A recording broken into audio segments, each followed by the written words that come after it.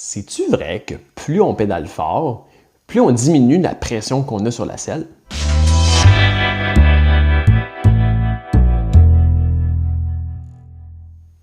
Ça, c'est un dicton assez répandu. Après tout, il y a une logique derrière tout ça. On pousse vers le bas, action-réaction, ça crée un momentum vers le haut du corps qui allège la pression sur la selle.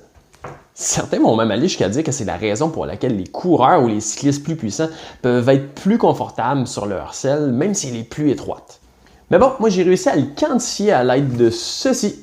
C'est un de mes outils principaux comme spécialiste en positionnement. C'est un appareil de cartographie de pression de selle. C'est un outil incroyable pour analyser les zones de pression sur la selle et la dynamique du mouvement du bassin. Mais pour ce qu'on veut vérifier aujourd'hui, on va s'attarder à la métrique de la pression totale moyenne pour pouvoir comparer à différents niveaux de résistance. Donc j'ai fait quelques petits tests avec mon ami Marco et après avoir placé son vélo sur une base d'entraînement intelligente pour pouvoir régler les niveaux de résistance à des niveaux précis et variés, je l'ai fait pédaler à une cadence de 90 révolutions par minute à 100, 200 et 300 watts de résistance. Et voici les résultats. Donc à 100 watts, on a 400 newtons de pression sur la selle. À 200 watts, on a baissé ça à 385 et à 300 watts, on a diminué ça à 379. Donc, a priori, on pourrait croire que le mythe est confirmé car on observe une diminution de la pression sur la selle avec l'augmentation de la puissance. Est-ce que ça aide réellement au confort? Bon, en 100 watts et 300 watts, on a observé une diminution de 8% de la pression sur la selle. C'est pas négligeable, mais c'est pas dramatique non plus. Mais avant de conclure que le mythe est vrai, il faut comprendre que la puissance générée est un facteur de deux composantes, la force appliquée sur les pédales et la vélocité du pédalage. Donc on peut produire une même puissance donnée en appliquant beaucoup de force avec une basse cadence ou l'inverse, une cadence élevée avec une force appliquée beaucoup plus faible sur les pédales.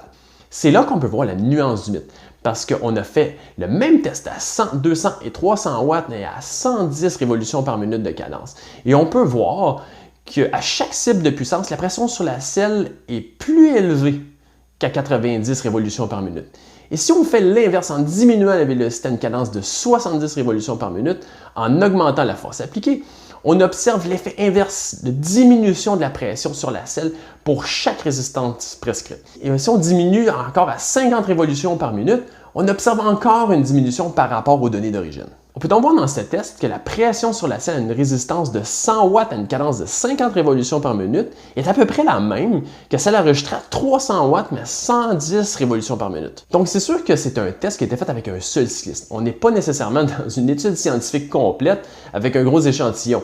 Mais on peut quand même observer que le lien entre la pression sur la selle et la puissance générée n'est pas nécessairement fondé. Il faut plutôt porter la nuance que c'est la force appliquée qui va avoir un impact sur la pression sur la selle. Aussi, avant de sauter à la conclusion que diminuer votre cadence augmentera votre confort sur la selle, malgré que la pression totale moyenne varie à travers les tests, les pics de pression maximum, qui eux sont plus souvent qu'autrement les raisons de l'inconfort sur la selle, eux sont restés à peu près inchangés à travers toutes les différentes cibles. En plus, quand on arrivait à des forces augmentées à basse cadence, on pouvait observer beaucoup plus d'instabilité au niveau du bassin, chose qui peut augmenter les inconforts de selle et aussi des maux de dos, principalement dans la région lombaire. Donc en conclusion, si on revient à l'énoncé de départ, que plus on pédale fort, plus on réduit la pression sur la selle, cette croyance populaire doit être mieux nuancée. Mais de là à croire que c'est un facteur important du confort sur la selle, à mon avis, c'est totalement illusoire. Surtout qu'habituellement, les cyclistes aguerris plus puissants ont souvent une cadence plus élevée que la moyenne de la population cycliste. Alors j'espère que vous avez apprécié. N'hésitez pas à laisser vos commentaires, vos questions et vos suggestions pour d'autres chroniques. On se revoit bientôt.